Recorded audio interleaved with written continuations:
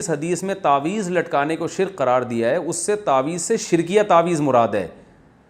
وہ تعویذ جس میں قرآنی آیات ہوں یا دعائیں ہوں وہ تعویذ حدیث میں داخل نہیں ہے، کیونکہ رقیہ بھی جیسے شرکیہ بھی ہوتا ہے اور جائز رقیہ، رقیہ کہتے ہیں دم کرنا، تو رقیہ بھی جائز بھی ہوتا ہے، شرکیہ رقیہ بھی ہوتا ہے. تو اسی طرح تعویذ بھی جائز بھی ہوتا ہے، شرکیہ بھی ہوتا ہے. تو اہل حدیث علماء جس حدیث سے استدلال کر کے ہر قسم کے تعویذ کو شرک کہہ رہے ہیں نا، اسی حدیث سے پھر تو ہر قسم کا دم درود بھی شرک ہو جائے گا، حالانکہ ایسا نہیں ہے. تو جیسے رقیہ کی 2 قسمیں ہیں، اسی طرح تعویذ کی بھی 2 قسمیں ہیں. اور ویسے بھی کامن سینس کی بات ہے کہ اگر ایک آدمی کسی پرچی پہ یا اللہ مدد لکھتا ہے، صرف یا اللہ مدد کہتے ہیں، صرف اللہ سے مدد مانگی جائے گی یا اللہ مدد، اور وہ کسی کے گلے میں لٹکا دیتا ہے، تو یہ شرک کہاں سے ہو گیا؟ یہ تو عین توحید ہے کہ وہ صرف اللہ سے مدد نہ صرف زبان سے مانگ رہا ہے بلکہ ریٹن میں لکھ کے اس پہ مہر ثبت کر رہا ہے. تو یہ کامن سینس کے بھی خلاف ہے کہ ہر قسم کی تعویذ کو شرک قرار دیا جائے. باقی تعویذ کے جواز کے دلائل کیا ہیں اس پر میں مستقل کلپ ریکارڈ کروا چکا ہوں، میں اس کو ابھی ریپیٹ نہیں کروں گا. پھر بھی ایک بات ضرور ہے کہ یہ عمل پسندیدہ نہیں ہے، بہرحال یہ ذہن میں رکھیں. اللہ سے مدد مانگیں زبان سے، پرچی لکھ کے لٹکانے کی کیا ضرورت ہے، بس زبان سے مدد مانگیں، اس کی زیادہ فضیلت ہے، دعا کی فضیلت ہے. جو لوگ تعویذ گنڈوں میں پڑھتے ہیں تو وہ میں نے دیکھا ہے ان کا ایمان بہرحال کمزور ہو جاتا ہے اور وہ اسی میں لگے رہتے ہیں.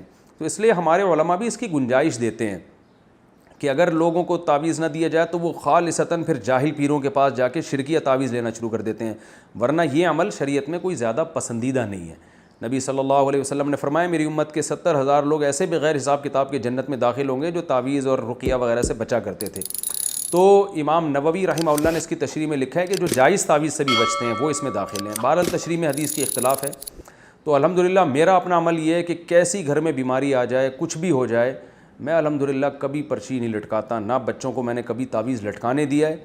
میرا اپنا ذاتی عمل یہی ہے کہ کوئی بہت مجبور ہوگا تعویذ مانگے گا تو میں اس کو لکھ کے دے دیتا ہوں، کیونکہ کمزور ایمان والے لوگ ہیں تو نہیں دو تو کہیں شرکیہ تعویذ نہ لے لے جا کے.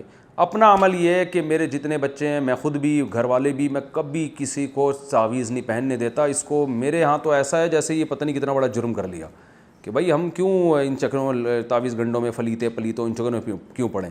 کوئی میں کبھی دیکھتا ہوں بچے اپنے ننیال گئے کہیں، کوئی پرچی تعویذ لٹکا کے لے آیا، ادھر ہی میں ایسے پکڑ کے ایسے کھینچتا ہوں اس کو، بولتا ہوں کچھ بھی ہو جائے، بھلے جن چڑیل بھوت ہی آ جائے، اللہ نہ کرے بھوت بھی آ جائے گا پھر بھی تعویذ نہیں لٹکانا، جاؤ ایسی کی تیسی.